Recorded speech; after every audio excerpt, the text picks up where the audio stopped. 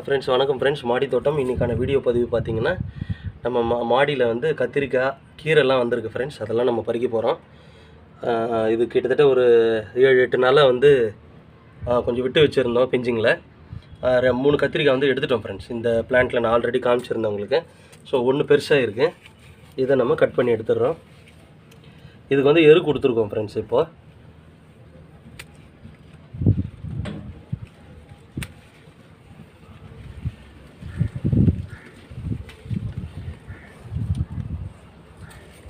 Friends இப்போ கீரையும் எடுத்துக்கிறோம். அரைக்கீரை சிறுக்கீரை போட்டிருக்கேன்.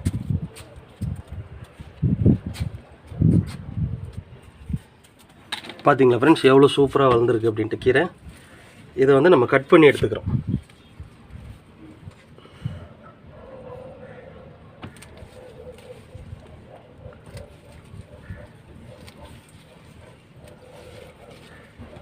ரெண்டு கீரை ஃப்ரெண்ட்ஸ், இது அரைக்கீரை சிறுக்கீரை.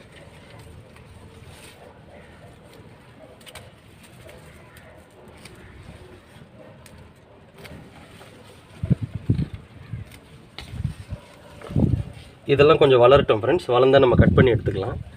பெருசாக இருக்கிறது மட்டும் முத்தி போனது மட்டும் நம்ம கொஞ்சம் முதிரி போன மாதிரி அப்படியே ஆகும். அதை மட்டும் நம்ம கட் பண்ணி எடுத்துக்கலாம். ஏன்னா ரொம்ப முதிரிச்சுன்னா கீரை நல்லா இருக்காது ஃப்ரெண்ட்ஸ்.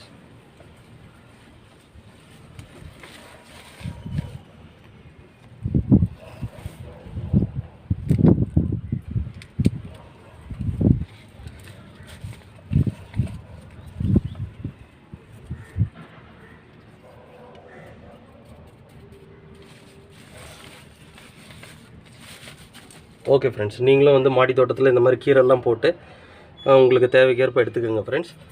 சின்ன க்ரோ பேக்கில் தான் வச்சுருக்கோம். இன்னும் 2-3 க்ரோ பேக்கில் வச்சா நிறைய கீரை கிடைக்கும்.